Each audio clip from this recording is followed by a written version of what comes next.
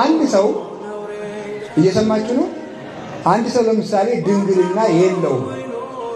ድንግልናውን የሆነ ጊዜ አጣ። ያ ሰውዬ ድንግልናውን እንደገና ማስተካከል ይችላል አይችልም? ነገሩኝ እንጂ እነሱ ጉዳይ ላይ አትጨነቅ። ቀሪ ጊዜ ነው፣ ቀሪ ህይወት ክንመራ በንስሐ ድንግል ሆኖ ቅዱስ ሆኖ መኖር ይቻላል። የሥጋውን ማህተም ግን ማስተካከል አይቻልም። ስለዚህ ማስተካከል ወይኔ ድንግል በሆን ኑሮ ወይኔ ባልጥሎ ነው ወይኔ በሆን ኑሮ አትበል። ያለፈ ነገር ላይ አይምሮህን አታድክም፣ አታሰቃየው። ወደፊት ነው ማሰብ።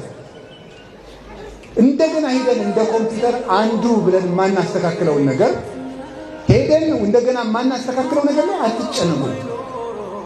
የታሪክ ሪሳይክል ቢን የለም ወይም ትራሽ የለም አውጥተን እንደገና የምናመጣበት። አንዳንድ ጊዜ ጸሎት ሳቋርጥ እንቅፋት ይገጥመኛል ይላል አንዳንድ ሰው። ሰምታችሁ ታውቃላችሁ? እውነትም ይገጥመናል። ለምንድን ነው እንደዚያ የሚገጥመን ይመስላችኋል? እግዚአብሔር በፈጣሪነቱ ይጠብቀኛል ማለትን ትተን በጸሎት ይጠበቃለሁ ብለን ስለምናስብ ስናቋርጥ ሰይጣን ይገባና ጆሮአችን ይደናል ማለት ነው። ሁልጊዜም ቢሆን የኛ ጸሎት ይጠብቀናል ብለን ማሰብ አንችልም። የምንሰግደው አላበጀሁም፣ እኔ አይገባኝም፣ ትቢያ ነኝ፣ በፊትህ የምጣል ነኝ፣ በረድኤትህ አንሳኝ ብለን እግዚአብሔርን ለማምለክ እንጂ የኛ ስግደቶች ተደምረው አጋንንትን እንዲቀጠቅጡት አይደለም።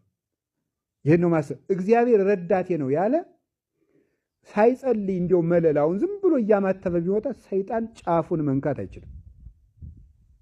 ጸልየን የምናገኘው ረድኤት፣ ጸልየን የምናገኘው ሀብት፣ ጸልየን የምናገኘው ጸጋ ይቀርብናል።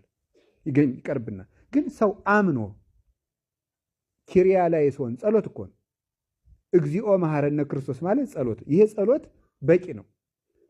ዳዊት አትድገሙ፣ ውዳሴ ማርያም አትድገሙ፣ ረጅም ጸሎት አትድገሙ ማለትም አይደለም። ጎላ ሚካኤል የሚባል ቤተክርስቲያን ነው ማገለግለው። ከዕለታት አንድ ቀን እንዲሆነ አንዲት እህት ሰንበት ተማሪ መቃብር ላይ ትወድቅና ሽባ ትሆናለች።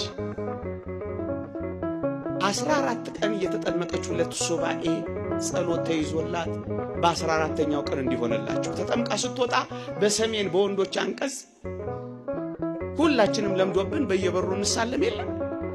እሷንም ተሸክመዋት ልትሳለም ዞር ስትል እንደሸክም ብርሃናዊ እጅ ታያለች። እኔ ማገለግልበት ቦታ እያስቀደስን ማለት ነው። ብርሃናዊ እጅ ታያለች። ነይ አላት። እኔ አሁን ነይ ትደነግጥና ውሰዱኝ በር ላይ ለሷ ነው ይታያል። ልክ በሩ ላይ እንደሄደች ያናገራታል። ዲያቆኑ ዕጣን ያመጣልሻል፣ እግርሽን አብሽው